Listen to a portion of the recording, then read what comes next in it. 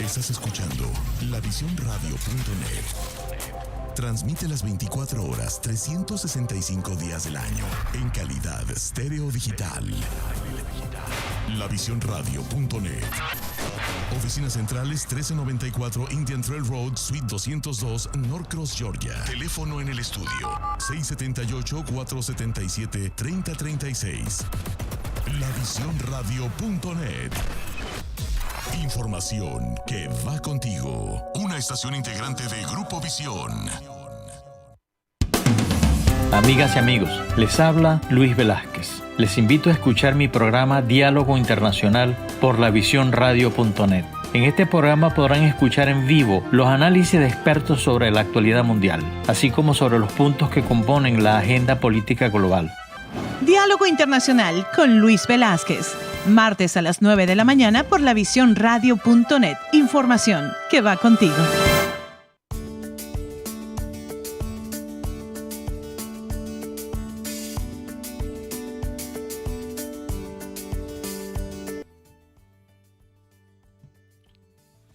Muy buenos días, amigas y amigos de lavisiónradio.net. Les habla Luis Velázquez. Encantado de estar una vez más con ustedes en Diálogo Internacional. En los controles, mi querida amiga Andy. ¿Cómo has estado, Andy? Muy bien, Luis. Muy contenta de saludarte en esta fría mañana en el estado de Georgia. Muy fría, por cierto. Amaneció, pero... Amaneció Pacheco templado. Pero, ¿qué quieres que te diga? Sí, vale, que ya... Y eso que anoche hizo calor, además. Sí, anoche estaba un poco... Unos cambios de temperatura increíbles, pero cuando yo esta mañana temprano me levanté, estábamos a 5 grados. Oh, wow. Sí, estaba frío, estaba bastante frío. Pacheco arreció, Luis. Y así va a seguir. Sí, realmente estas son las épocas en que uno se reconcilia con la vida. Así es. Bueno, son las 9 de la mañana de hoy, 25 de octubre del 2022. Nuestro número de teléfono es el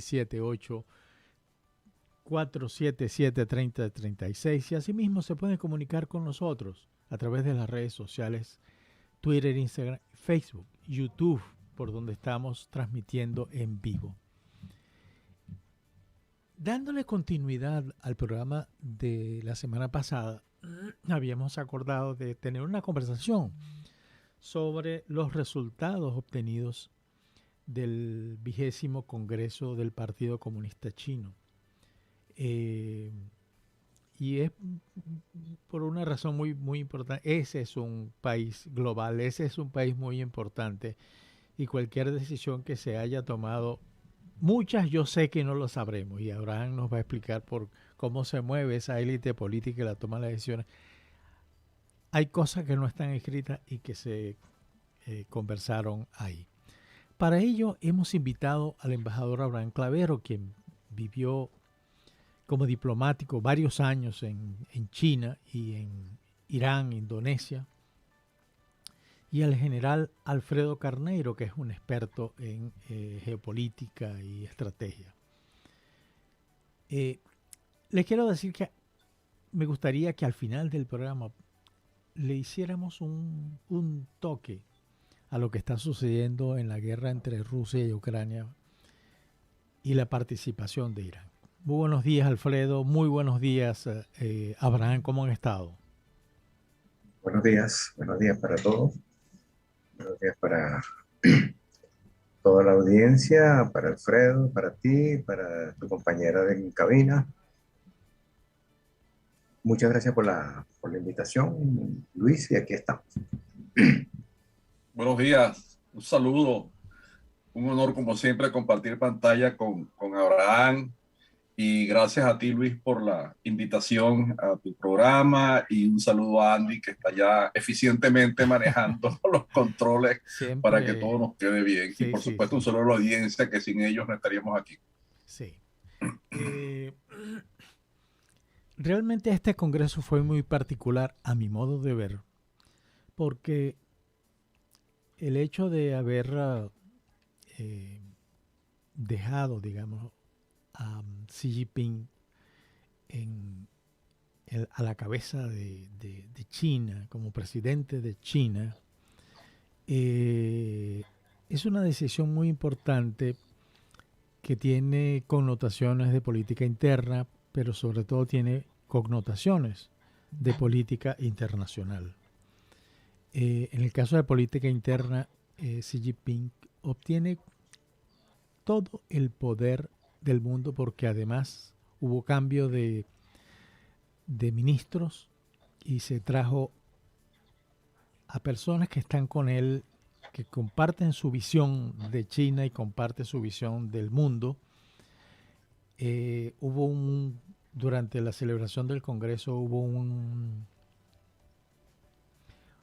evento que me imagino que para ellos, y por eso Abraham, que conoce bien el tema, la cultura china, que fue el despido, por llamarlo de alguna manera, la salida obligatoria de aquel que fue mentor de Xi para llegar a ser presidente de China.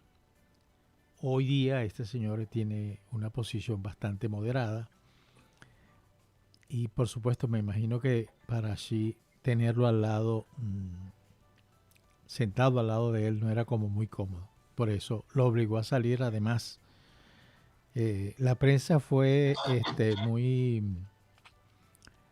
muy generosa con, como los llamó, los bedeles pero en realidad era parte de la guardia que protege al presidente Xi. ¿Cómo ves tú esto, Abraham? Bueno, yo creo que lo que sucedió el domingo pasado viene a confirmar ya la coronación de un autócrata como es Xi Jinping. Xi Jinping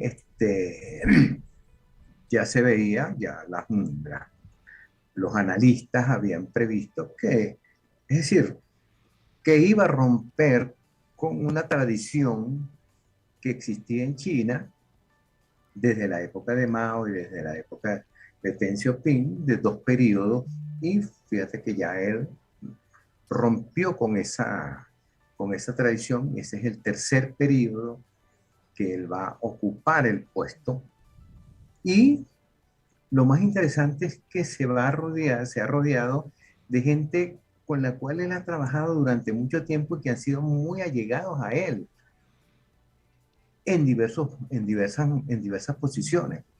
Son gente de su total confianza y que realmente representan el ala más conservadora y más, ¿cómo se llama?, más a la derecha dentro del Partido Comunista Chino.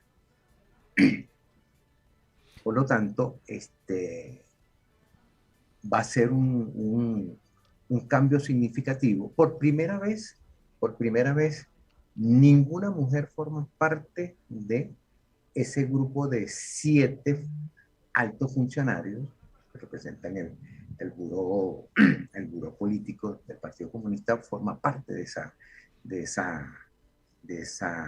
ese grupo. Ni otra cosa que te llama mucho la atención es que la juventud del Partido Comunista tampoco está representada dentro de ese grupo, porque se considera que dentro de la juventud del Partido Comunista existen posiciones bastante moderadas, con las cuales no está de acuerdo el señor Xi Jinping.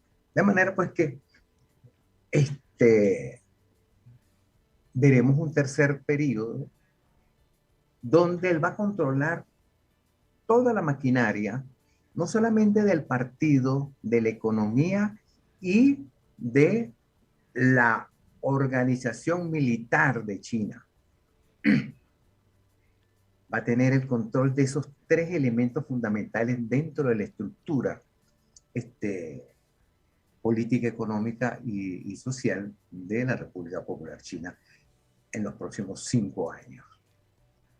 Esto no significa que el señor Xi Jinping no se vaya a lanzar para un nuevo periodo. Es decir, nadie duda de que se pueda lanzar. Claro, todo depende de su salud y de la situación que se pueda, producir dentro del estamento del Partido Comunista.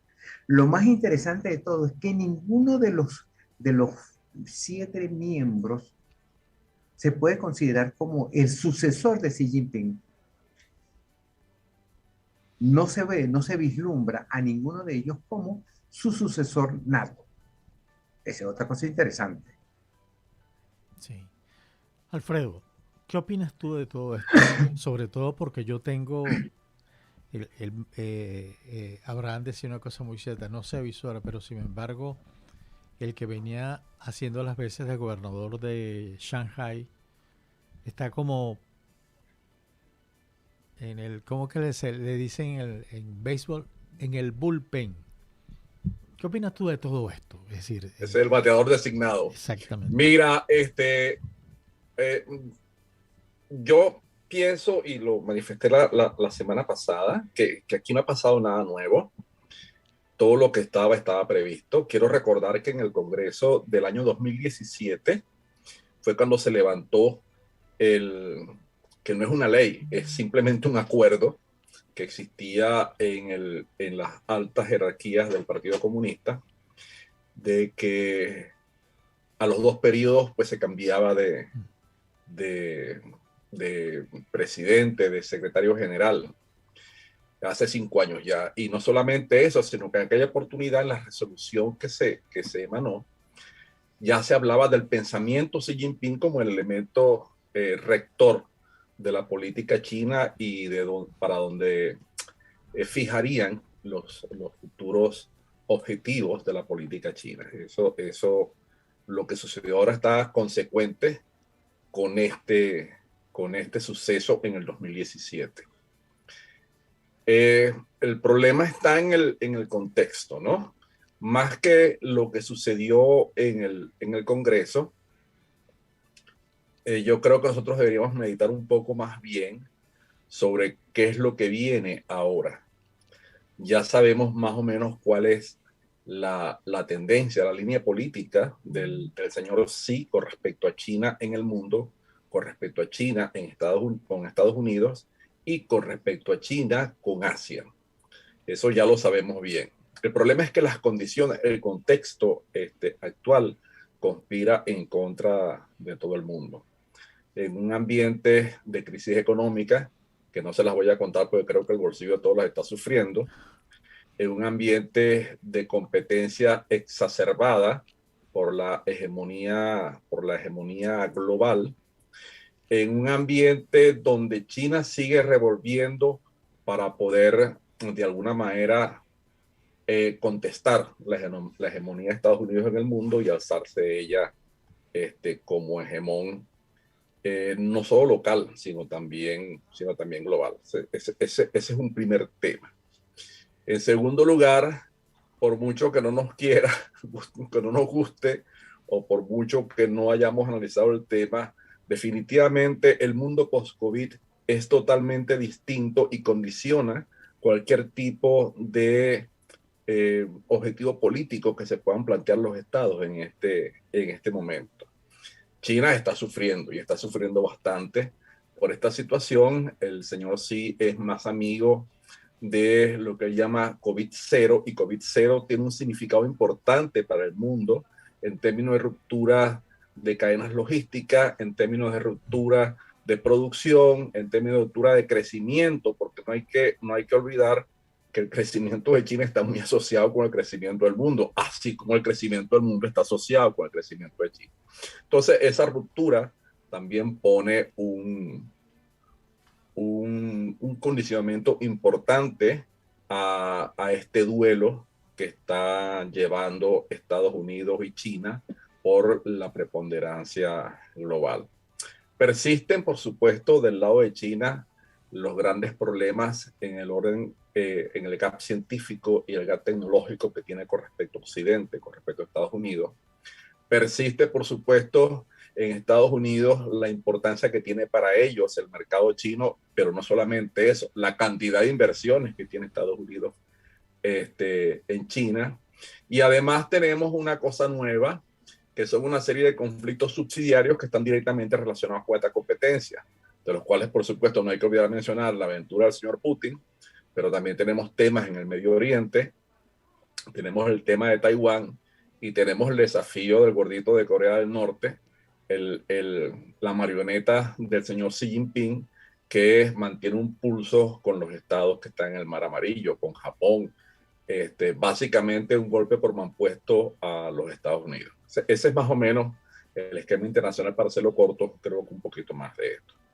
Yo soy de la opinión, y ya después podemos hablar sobre esto para no hacer esto muy largo, yo soy de la opinión que el señor sí va a revisar su política y va a tratar de limar asperezas con Estados Unidos, porque obviamente ni los objetivos políticos de China ni los objetivos políticos de Estados Unidos pueden lograrse en un ambiente, yo no voy a decir de guerra, porque esto no se parecería a la Guerra Fría, no, de hecho no tiene nada que ver con el tema de la Guerra Fría, pero sí en un ambiente de competencia extrema. Ninguno de los dos objetivos van a ser satisfechos. Y necesariamente, digo yo, que tendrían que buscar un mecanismo de equilibrio en el cual se hagan sesiones de lado y lado, porque no podemos negar la importancia de China en la geopolítica mundial, ni podemos negar el dominio de Estados Unidos. Son dos cosas distintas, la importancia y el dominio de Estados Unidos en la política global. Ambos van a tener que ceder algo para poder buscar un mecanismo por el cual se logren conciliar los deseos, uno de permanecer como hegemón y el otro de que le reconozcan su derecho, su estatus en el mundo, que por supuesto corresponde a una nación de la tradición y la historia que tiene China. Salir un poco de esto que han dado en llamar la trampa de Tucídides para poder de alguna manera llegar a un nivel de cooperación. Eso es lo que pienso yo en este momento, que va a ser los esfuerzos del señor Xi en cuanto a política internacional. En la política interna de China, perdón, no sé si puedo seguir. En el próximo segmento. Ok. Como dices tú, si no te corto, vas río abajo. Voy ladera abajo, sí, señor. Es que este es un tema muy interesante, muy apasionante, sí, y bastante tela que cortar aquí. Sí. Estamos conversando con el embajador Abraham Clavero y el general Alfredo Carneiro acerca de las conclusiones del 20º Congreso del Partido Comunista Chino y sus expectativas futuras. Y al regreso quisiera comenzar y te voy a quitar ese derecho de palabra que tienes para continuar el desarrollo, pero después lo vas a retomar. Quisiera preguntarle a Abraham, en la cultura política china, ¿hay eso que nosotros tenemos en este lado del mundo, que son esos acuerdos escritos, no escritos, que son esas conversaciones, esas negociaciones que se dan entre las diferentes cúpulas de los partidos y el señor que va a gobernar, para que le dice, llegan a un acuerdo, bueno, mira, sí, yo te puedo apoyar, pero me das esto y esto y esto? Así de simple como lo hacemos nosotros y como lo hemos hecho básicamente en toda la historia del país. Es posible eso, es posible que eso del que habla Alfredo, que su política no va a ser tan radical de ahora en adelante, sea producto o el resultado quizás más importante que haya tenido el 20º Congreso del Partido Comunista Chino. Es decirle, bueno, mire, efectivamente la política de COVID-0 nos ha traído como dicen los argentinos, un parate. Yo nunca comprendí ese término, pero a los argentinos les parece que es lo más lógico del mundo. Un parón en la economía, y eso nos está trayendo problemas. En consecuencia necesitamos inversiones, necesitamos tener un diálogo más fluido y más constructivo con Estados Unidos. Estamos en Diálogo Internacional, ya regresamos. Estamos de regreso en Diálogo Internacional, estamos conversando con el embajador Abraham Clavero y el general Alfredo Carneiro acerca de las conclusiones del 20º Congreso del Partido Comunista Chino. Antes de ir a la pausa, Abraham, te dejé una inquietud. Tú viviste en China, tú viviste, creo que ya a finales de Mao Zedong y comienzo de Deng Xiaoping. Es decir, eso fue una transición fundamental en China. Es que en China es probable que esa cultura permite esos acuerdos no escritos, es posible que eso se pueda manejar así y que parte de lo que decía Alfredo de que es posible que la actuación de Xi Jinping esté manejada tenga como base fundamental un movimiento mucho más constructivo por los intereses chinos, básicamente, por la paz social. Alfredo, yo considero que hay que analizar los nuevos miembros del comité permanente del Politburo chino. Todos son ¿cómo se llama? Funcionarios que han estado durante mucho tiempo con posiciones muy cercanas a Xi Jinping. De manera pues que yo considero que él no va a tener ninguna, es decir, él no tuvo que negociar absolutamente nada con ninguno de ellos, porque, es decir, son gente de su entera confianza y de su total, ¿cómo se llama? Son muy allegados a Xi Jinping. De manera pues que yo considero que lo que sí considero es que, como dice Kissinger en su libro, China en este momento no está en condiciones de ir a una guerra, a un enfrentamiento militar tipo Ucrania, tipo Rusia con Ucrania, sino que más bien China lo que le interesa es mantener una situación de entendimiento, porque no le va a quedar más remedio que entenderse con la otra gran potencia que es los Estados Unidos para poder que esa economía que ya prácticamente está a la par de la economía de los Estados Unidos siga creciendo y se siga constituyendo en un poder que le dispute, le disputa a los Estados Unidos ese predominio. Sin embargo, en política no hay nada escrito y tenemos situaciones muy complicadas como las que todos sabemos con respecto a Taiwán. No es totalmente descartable, no se descarta completamente un enfrentamiento por Taiwán. Hay que recordar que Xi Jinping se entrevistó en el 2018 con la presidenta de Taiwán, con Ma Ying-jeou, para conversar el tema de Taiwán. Es decir, que él ya tuvo un acercamiento con Taiwán en ese sentido. Creo que no debemos descartar a largo plazo un enfrentamiento por Taiwán. Esa es mi opinión muy personal. Pero creo que en la medida en que se puede evitar, en que la República Popular China lo puede evitar, lo va a hacer, porque realmente pues no le interesa, no le conviene a sus intereses económicos y a sus intereses particulares un enfrentamiento de carácter militar. Y fíjate que inclusive si analizamos la situación ahorita entre Rusia y Taiwán, China en cierta forma ha mantenido pues una cierta crítica y una cierta, ¿cómo se llama? Señalamientos en contra de esta guerra que realmente pues, ¿cómo se llama? Para ellos no es ¿cómo se llama? Una solución.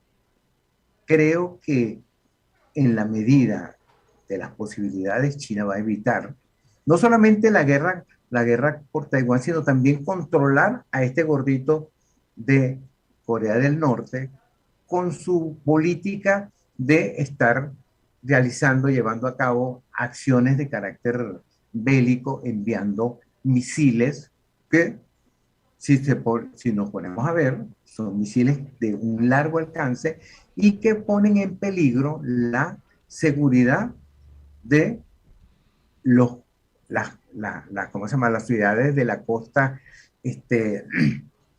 oeste de los Estados Unidos, y que creo que Xi Jinping en un momento determinado le va a decir, mira, ojo, no queremos tener problemas contigo por un error que tú puedas cometer y que pueda desatar una guerra de magnitudes incalculables en caso de que uno de sus misiles caiga en el estado, en los estados, en el estado de California específicamente. Esa es mi opinión muy personal. Sí. No sé qué opina Alfredo. Alfredo.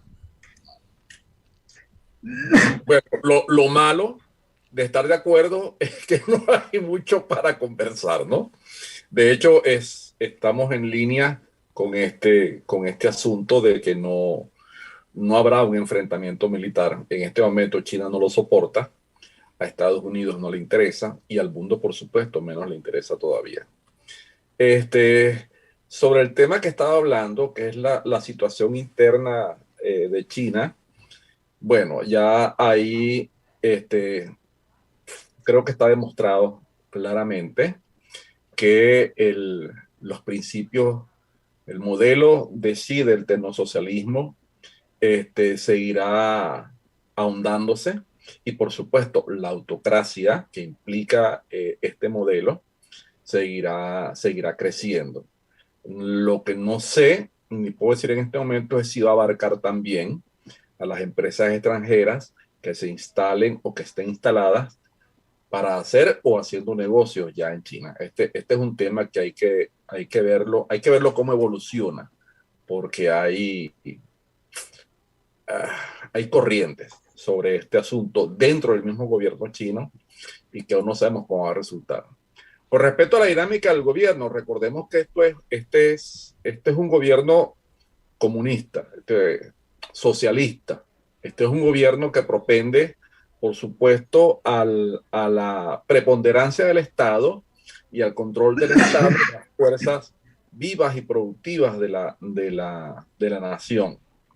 Y por supuesto eso no va a cambiar, pero ese modelo tiene una cuestión intrínseca que incluso se vivía en la época de la Unión Soviética, que es que vive en la dialéctica.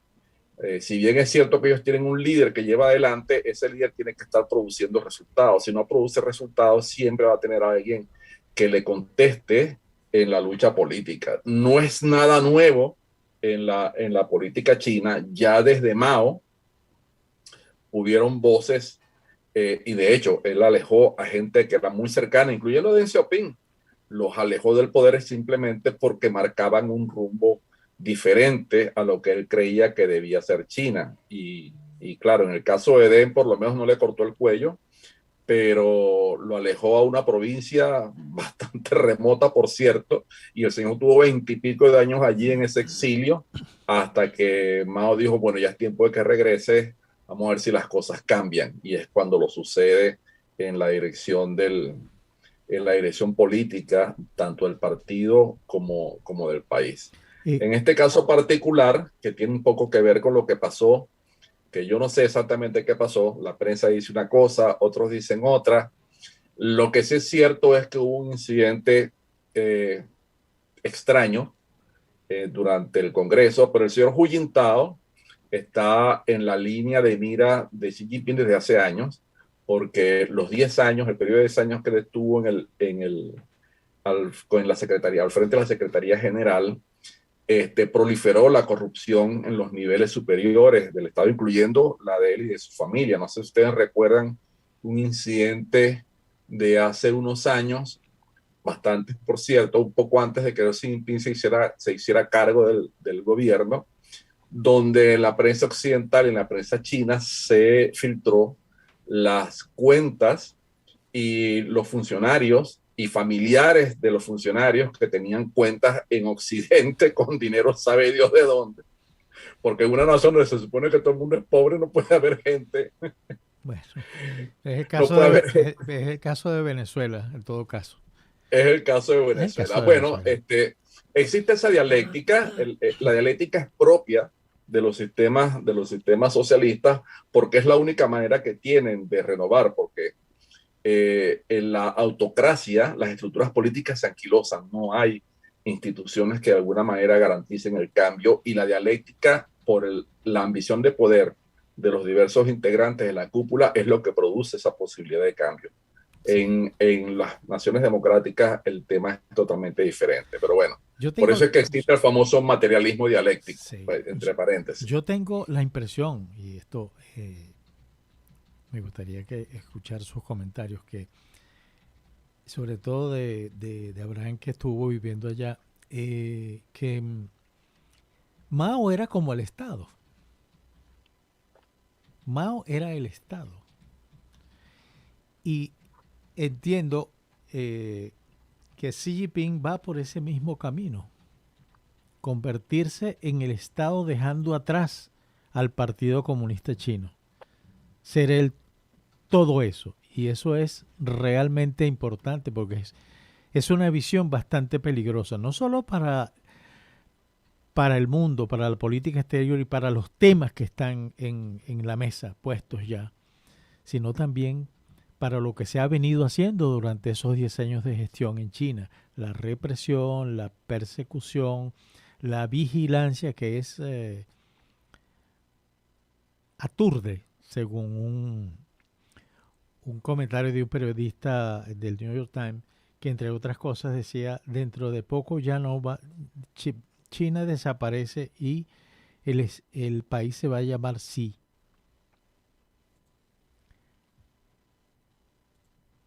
Nos quedan exactamente 4 minutos ahora.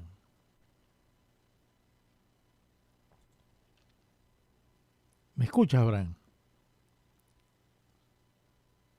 Mira, Luis, interesante lo que tú dices, ¿no? Porque realmente durante Mao era el Estado. Claro.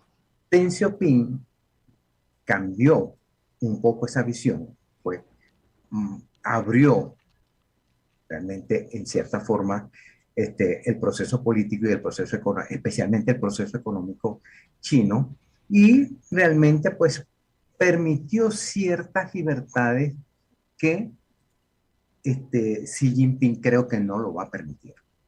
Creo que Xi Jinping va a ser mucho más radical y mucho más parecido a Mao que a Deng Xiaoping. Y, y por eso va, no solamente no solamente quiere controlar el partido, como ha demostrado con esta nueva elección, sino que va a tratar de controlar toda la estructura política económica del país durante el próximo periodo que va a tener como Occidente, y va a tener a un primer ministro, Li Qiang, un hombre joven, relativamente joven, de 63 años, pero que la gran crítica que se le hace a Li Qiang es que, ¿cómo se llama? Primero fracasó en Shanghái para controlar ¿cómo se llama? La pandemia, y en segundo lugar, como primer ministro, a él le corresponde controlar la economía del país cuando él no tiene una formación económica lo suficientemente sólida como para desempeñar ese puesto. Esa es una de las grandes claves que se presentan y que se ponen en duda hasta dónde Li Qiang, que va a ser el próximo primer ministro, porque eso ya es un hecho, en marzo del año que viene, su nombramiento va a ser, ¿cómo se llama? Hecho realidad. ¿Hasta dónde puede él poder controlar la economía? Una economía que pasa por un momento bastante complicado y bastante difícil por lo que está sucediendo en este momento en la República Popular China. Esa es mi opinión. Sí. Sí, es una gran crítica, pero además de eso, Xi Jinping en estos 10 años ha creado un entorno empresarial bastante complicado, cuyo modelo de negocio fue el endeudamiento con el propio Estado chino a través de la banca nacional, que en algunos casos llega esos compromisos adquiridos por estas empresas, grandes empresas. Una de esas es la empresa más grande del mundo, una empresa constructora y que además tiene una comercializadora de viviendas, la más grande del mundo, que creo que se llama Evergrande, que quebró y la deuda fundamental era con el Estado chino, no era una deuda de oro. Y así como esa, hay dos más que son realmente importantes. ¿Cómo controlar eso? Pareciera que, y con todo el perdón, que los chinos manejan ese tema de la corrupción y de los amigos y de eso con una facilidad realmente importante. Vamos a una nueva pausa y al regreso quisiera que nos tomáramos un par de minutos cada uno para que conversáramos sobre las conclusiones. ¿Cómo ven ustedes el futuro de China con esta ratificación de Xi Jinping y con ese modelo, el modelo Xi, implementar con China y su impacto en la política internacional? Pero después me gustaría tocar un punto que es bastante álgido, porque está como en el limbo, que es la participación material de Irán en el conflicto entre Rusia y Ucrania. Vamos a una nueva pausa. Estamos conversando con el embajador Abraham Clavero y el general Alfredo Carneiro acerca de las conclusiones del 20º Congreso del Partido Comunista Chino.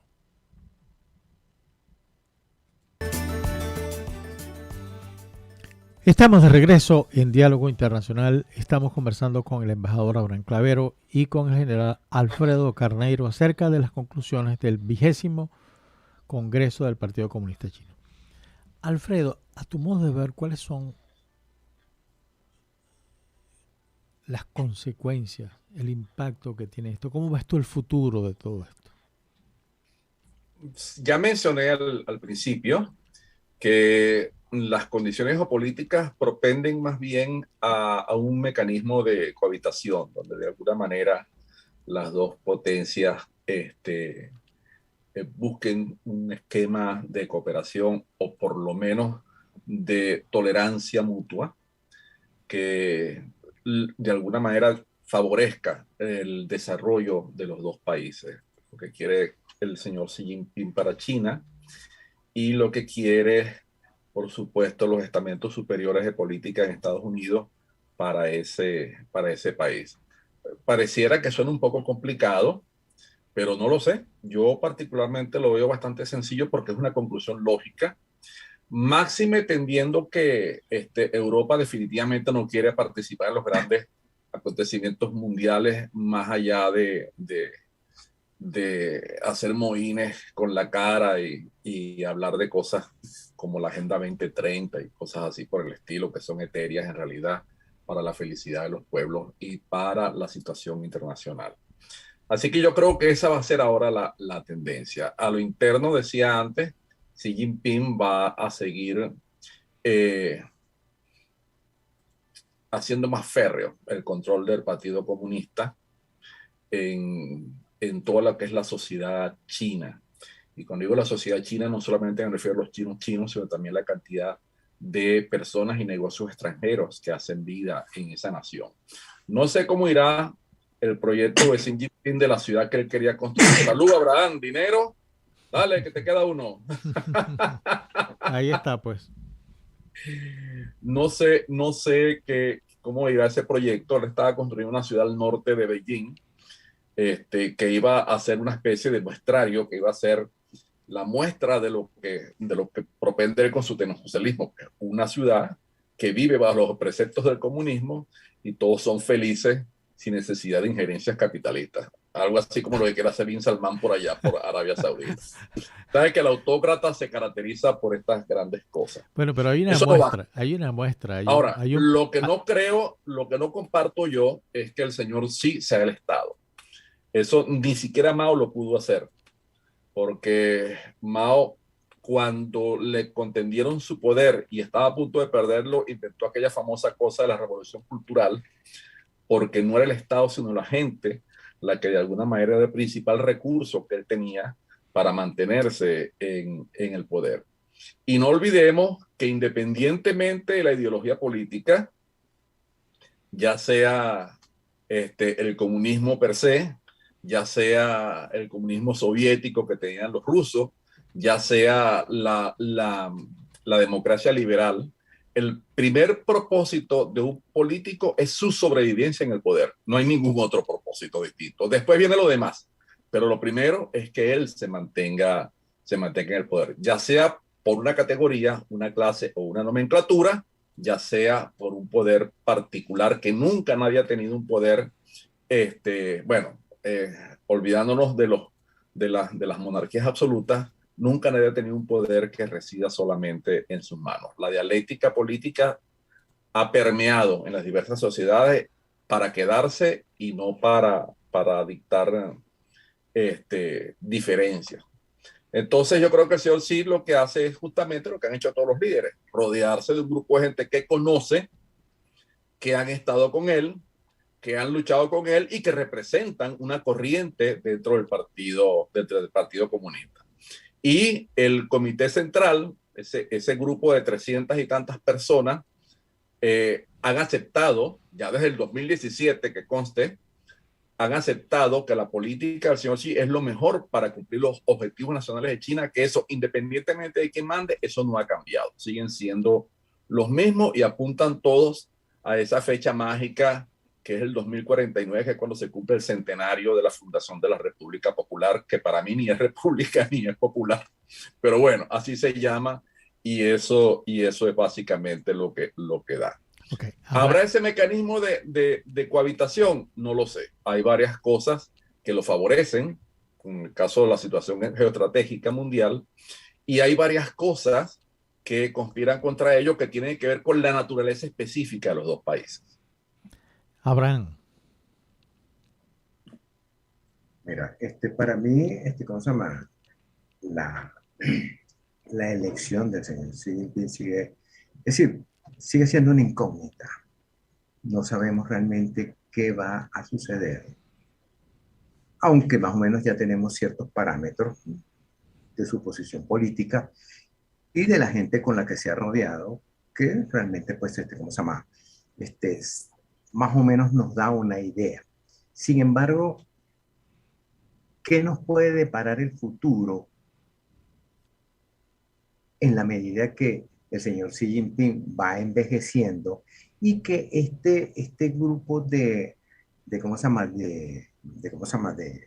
funcionarios cercanos, la mayoría de ellos, ninguno de ellos llega a los 70 años, el mayor tiene 66 años, Kai-Xi, que es el secretario del Partido Comunista en Pekín y que jugó un papel muy importante en las Olimpiadas las Olimpiadas de invierno, y ¿qué puede pasar el día de mañana si en este grupo que realmente pues espera que se le dé una oportunidad para cubrir una posible vacante del señor Xi Jinping por diversos motivos? Eso no lo sabemos. Eso es una incógnita. Sabemos que, ¿cómo se llama? No debemos descartar una nueva reelección dentro de 5 años durante el 21 Congreso del Partido Comunista. Todo apunta hacia ello, pero todo depende de ¿cómo se llama? De la salud y también del desempeño de estos 5 años, especialmente a nivel económico y a nivel geoestratégico de China, que puede definir y puede cambiar radicalmente la situación que vive actualmente con el señor Xi Jinping, un autócrata que, ¿cómo se llama? Va a gobernar con mano dura y moviéndose más hacia la derecha, moviéndose más hacia las posiciones de derecha dentro del Partido Comunista Chino. Esa es mi opinión muy personal. Sí, eso está claro. Pero le quería decir a Alfredo, que ya hace años hubo un intento de construir una sociedad una ciudad como la que Xi Jinping quiere construir al norte de Beijing. Y eso lo hizo no me acuerdo el nombre del presidente de Kazajstán. El presidente anterior construyó una ciudad en un lugar terrible desde el punto de vista climático, hipermoderna, una cosa costosísima, porque esa era la demostración de que dentro de este sistema se podían construir cosas importantes. Y mira, fue un fracaso, además de que le puso su nombre a la ciudad, ¿no? Un tipo modesto. Y fue un fracaso porque se construyeron edificios públicos, se construyeron viviendas, se construyó un montón de cosas y muy poca gente está viviendo actualmente en eso, pero fundamentalmente por el clima y por el difícil acceso a productos de consumo diario incluso. Pero le quedó bien bonita. Así es muy moderna. Muy bonita. Es muy moderna. Pero y con respecto a lo que dice Abraham, yo tengo también otra cosa. A mí me da la impresión de que Xi Jinping en este gobierno va a intentar hacer otra de las cosas que son terribles para los fines de un orden internacional, que es demostrar, y el ejemplo de la ciudad es así, es ese, demostrar que el comunismo es mejor que el liberalismo practicado por Estados Unidos. Pero bueno, me gustaría que me dieran ustedes, nos queda apenas 5 minutos, la opinión sobre lo que está sucediendo con Irán en la guerra entre Ucrania y Rusia. Comencemos por Abraham. 2 minutos, Abraham. Interesante lo que está sucediendo con la intervención de Irán en la guerra, en la intervención de Rusia contra Ucrania. Realmente, ¿cómo se llama? El suministro de drones, que ha sido una tecnología que ellos han ido desarrollando y que han ido mejorando, han puesto a Irán en una posición interesante como suplidor, imagínate, suplidor de armas de Rusia, y que ha tenido sus éxitos y sus fracasos, pero que, ¿cómo se llama? Indiscutiblemente ha sido un factor interesante a tomar en consideración en esta guerra. Lo que es más peligroso de todo eso es la intervención del Estado de Israel, que ha bombardeado las fábricas de estos drones en el sur de Siria, y que realmente podría llevar a un enfrentamiento directo entre el Estado de Israel y la República Islámica de Irán. Recordemos que desde la llegada del poder de los ayatolás, ellos han ido interviniendo de manera progresiva en Yemen, en Siria, en el Líbano, y ahora estamos viendo cómo están interviniendo en esta guerra, donde inclusive varios 12 funcionarios de la Guardia revolucionaria de la República Islámica de Irán fueron muertos en Crimea, creo que el sábado pasado. Sí. Entonces, es una situación que realmente interesante, pero que muestra cómo la tecnología iraní ha ido avanzando. No solamente tenemos que preocuparnos por la parte de la energía nuclear, sino también el desarrollo de este sistema de drones que ha facilitado y que ha vendido a Rusia en estos momentos. Ok. Alfredo. Bueno, era de esperarse la participación de Irán al lado de Rusia. Recuerden que la asociación no es China-Rusia nada más. La asociación es China, Rusia e Irán. Irán es una pieza importante en la iniciativa Belt and Road, porque Irán, desde los persas, y estamos hablando de hace 2000 años, un poquito más, ha sido el mecanismo de trasiego de comunicaciones y mercancías entre el Oriente Lejano y Europa.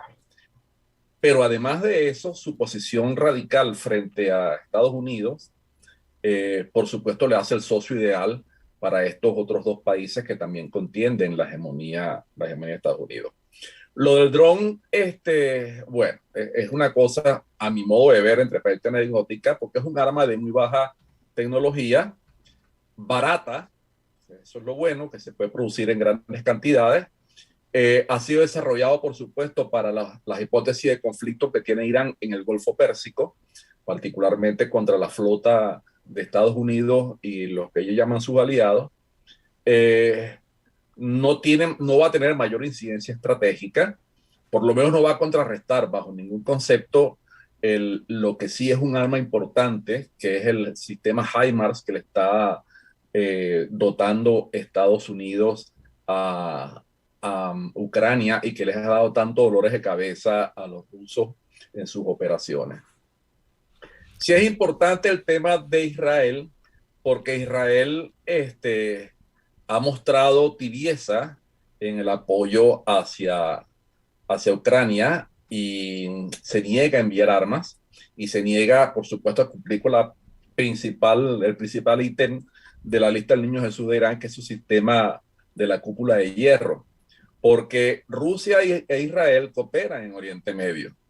Israel actúa contra Hamas, actúa contra Hezbollah, actúa contra la presencia iraní en el sur de Siria, y esto lo hace en coordinación con los rusos, porque los rusos son los que tienen el dominio del espacio aéreo en Siria, y si ellos no cooperaran, ellos no podían hacer esas circunstancias. Y como dice por allí, que si mi enemigo está muriendo, lo mejor que yo puedo hacer es dejarlo tranquilito a que se muera.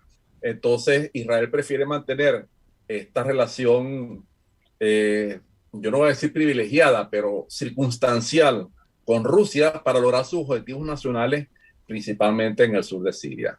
Oye, le dejo la palabra a Abraham, que está ya levantando la mano en el salón de clases.